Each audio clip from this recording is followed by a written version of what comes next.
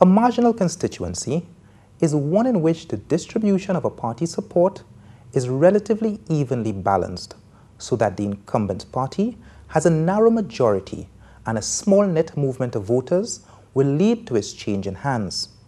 In many constituencies, the socio-economic makeup of the electorate is tailored in such a manner which permanently skews support to one political party, and the incumbents have substantial majorities which are normally unassailable by challengers. Such one-party safe seats, for example, Micoud South and Labrie, predominate in many political systems, in which case the outcome of elections are decided in the marginal constituencies, for example, Soufrière and Castries Southeast. Marginal seats are often a small number of seats in which there is genuine prospect of partisan change. For this reason, the parties tend to concentrate their campaigning efforts on wooing voters in marginal constituencies, and the latter also attract special attention from the opinion polls. It may be noted that seats can of course shift between marginal and safe categories, reflecting population movements, boundary changes, and political realignments. Castries Southeast is made up of 48 communities stretching from Forestier to Cooleytown. It is also the most marginal seat in St. Lucia because it has changed hands with every change in government since the constituency was first created in 1974. The mainstay of its 20,000 plus residents for more than 30 years has been bananas. The spoils of exceptional green gold cultivation are visible throughout the constituency. Yet, it was one of the first areas to diversify away from bananas when revenues began to dwindle. Castries Southeast was first represented by the UWP's Heraldine Rock, the island's first female parliamentarian. Back then, there were only 5,066 registered voters. The constituency was ably represented by Clarence Rambali of the United Workers' Party from 1982 to 1987, followed by the UWP's Gregory Averill, who held the seat for 2 consecutive terms from 1987 to 1997. In true Castries Southeast fashion, the government changed, and so did the representative in 1997. 3,870 votes were cast in favor of the SLP's Minister Rambali, who remained the incumbent in 2001. On that showing, she would crush Brother George, who at the time was running as an independent, affording him only 369 votes, while Mary Polius would have to make do with the remaining 1,680. In 2006, Sir John would handpick Guyjoseph to bring the seat back home to Flabo. When the votes were counted on that occasion, it would be the SLP's Minister Rambali nursing political wounds inflicted by Guyjoseph at the majority of the polling stations. In Election Countdown 2011, Guyjoseph, wearing yellow trunks and gloves, will do battle against Timothy Mangal from the red corner. A past student of the Forestier Methodist Combined School, Guyjoseph never had the privilege of sitting the Common Entrance examination, which would afford him an opportunity to achieve a secondary education. Notwithstanding, at the age of 17, Joseph gained entrance into the Morn Technical College, where he completed a 2-year program in construction mechanics. He also pursued a number of professional development courses, including accounting and leadership. In 2010, Joseph completed a bachelor's degree in the field of business administration from Monroe College. St. Lucia first became familiar with the mild-mannered man from Forestier at a time when bus operators were lobbying for a hike in bus fares. He remained the voice of the nation's minibus associations for 5 consecutive terms. I sat down with Guyjoseph to get a better understanding of his progression into politics. I have been involved in community activity, community service, especially to the elderly folks over the years. During the time I was a bus owner, I assisted a number of children. I was like the ambulance in Forestier.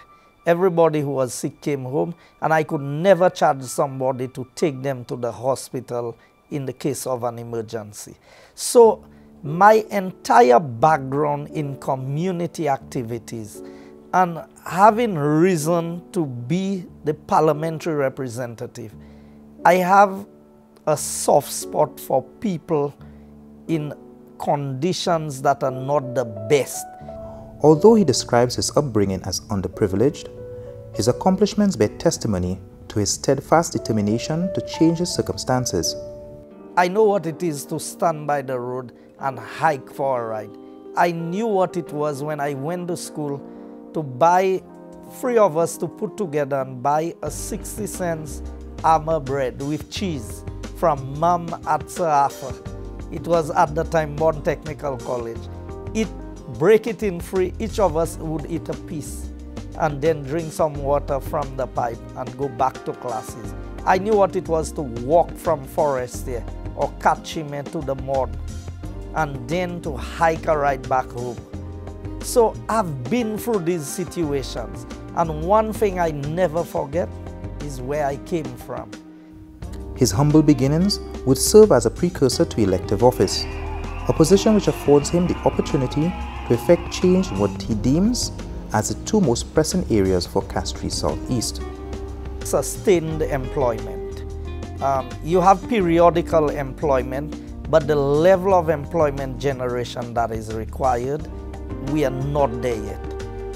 The other pressing area for me are there are a number of young persons who want to further their education, but the opportunities are not readily available financially.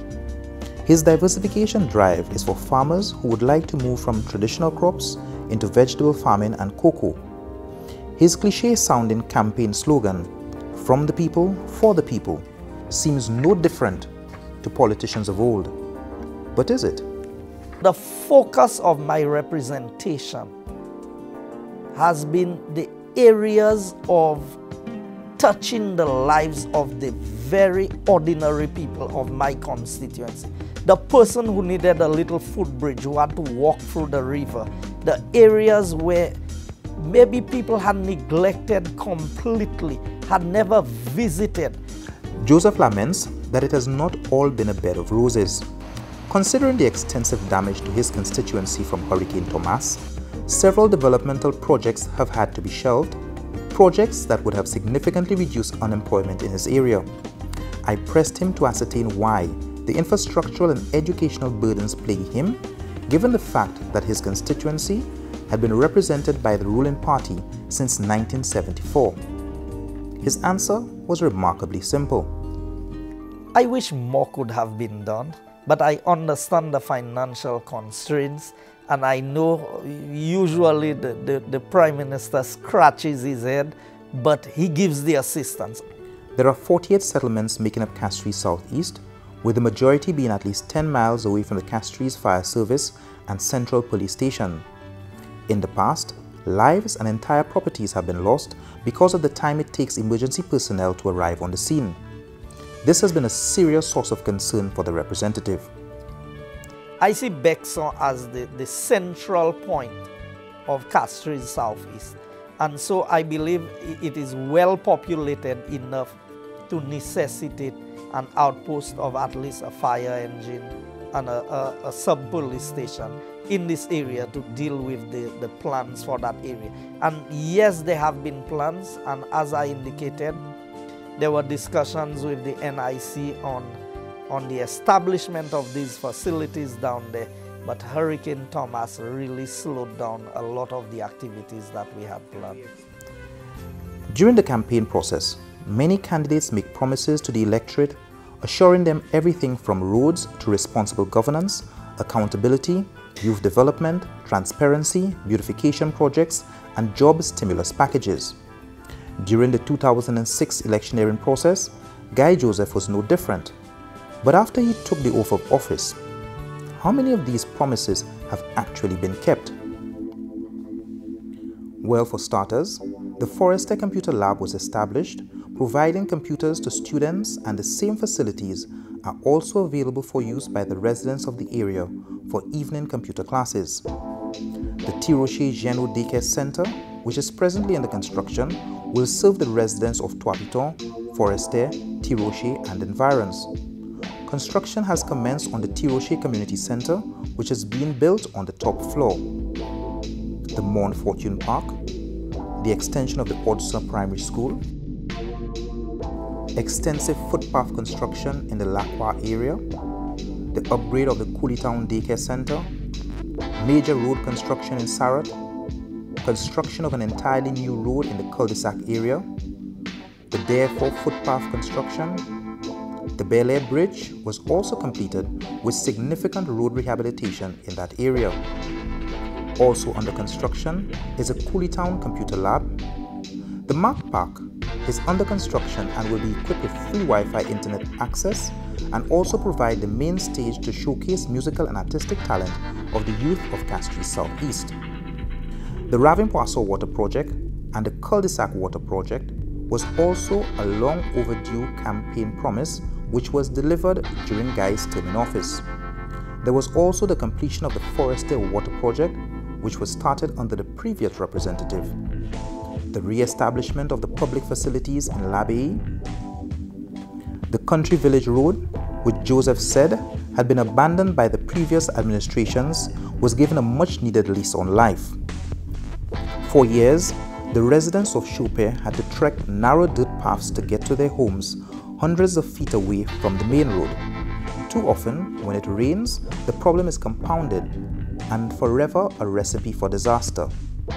After dialogue with the current representative, the true meaning of "from the people, for the people" was exemplified. Joseph arranged for an entirely new road to be constructed where there could be proper vehicular access to this community.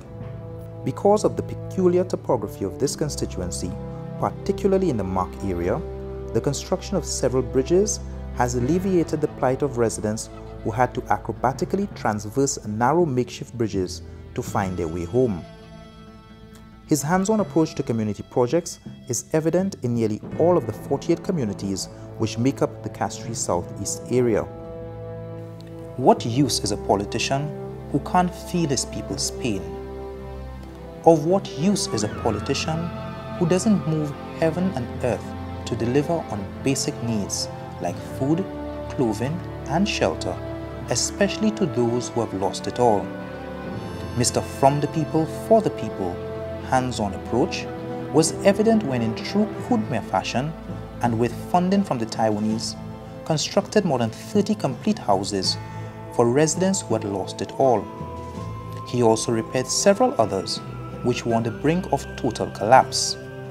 As compared to construction of 4-lane highways, high-rise car parks, or Olympic stadiums, Guyjoseph says this to him is the hallmark of true representation to the people of Castries Southeast.